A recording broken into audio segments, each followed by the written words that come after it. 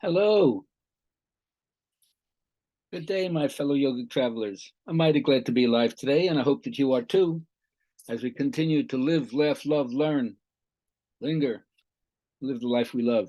Today, I'm going to talk about the collective ocean, that each one of us is a wave on the collective ocean, just like here's the symbol of the Indra's net, every nodule reflecting every other nodule. So the world globes itself in a drop of dew. So we're all microcosmic reflections of the macrocosm. And so in yoga and psychology, we try to understand these archetypal forces, which in our modern world we have as these brand names.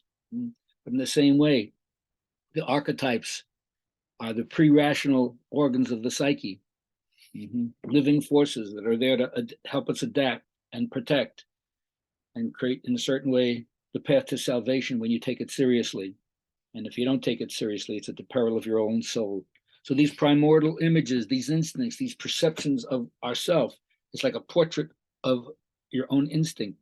It's a fantastic thing. And that makes you realize you are just a wave on the ocean, maybe even just a foam on the wave on the ocean.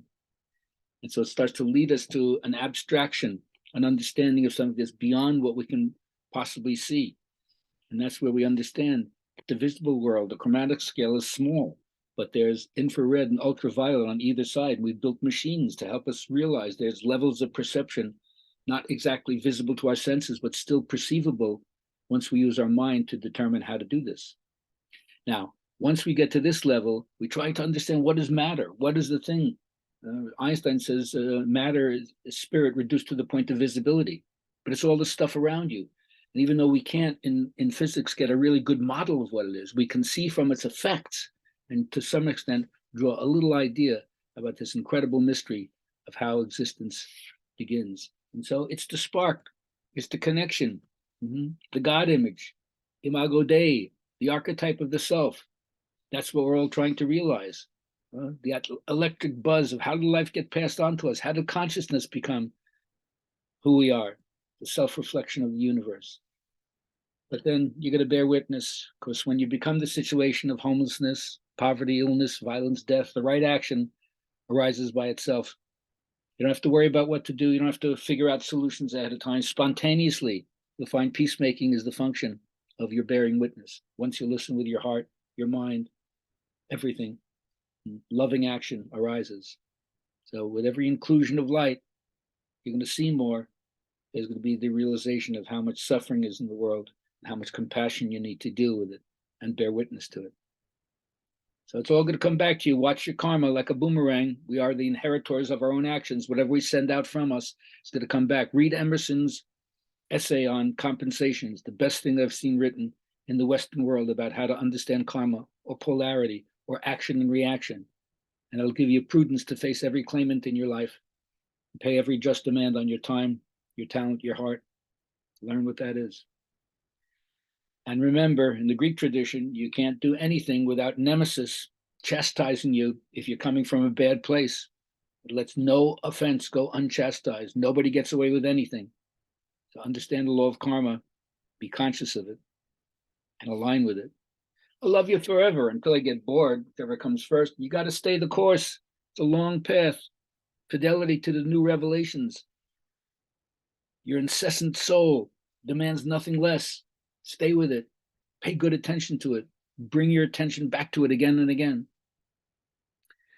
And the highest price you can pay for anything is to ask, wait, I want this. Give and take. Everything has its price. If you don't ask, you don't get. If you don't ask, the answer is always no. Might as well put it out there. And then perfect balance in life. Wow. Talk about acro yoga. But yoga samatva, yoga's perfect balance, they say. How do you adjust yourself to the ongoing demands, shifting your positions, supporting other people, being supported at the same time? That's where the perfect equality comes in our interaction with each other. And then ultimately, the first one is the reflection from Lord of the Rings. You have no power here. But what yoga teaches you, do this thing and you shall have power. Do this thing and you shall have power. Even if it's bit by bit, you add a grain of salt into water, hardly tastes anything. Add some more salt, starts tasting salty. Number B, add so much salt, it's so salty you can't even taste it. If you add one more grain of salt, it super cools, crystallizes, and then instead of being liquid, it jumps to the solid state. So that's what's going to happen if you keep practicing. Do this thing and you shall have power. Well, that's all I want to share today. I hope you have a great day, great Thanksgiving. A week from today, we'll have our next Good Vibrations class on James Hillman, archetypal psychologist. 2 weeks from that, we'll have the Guru Purnima tribute to Mr. Iyengar again. So I hope I see you soon. Oh, and by the way, we have one space open for the yoga vacation. So I'd love to have you join me south of the border. Have a great day. Remember, you're a wave in the collective ocean.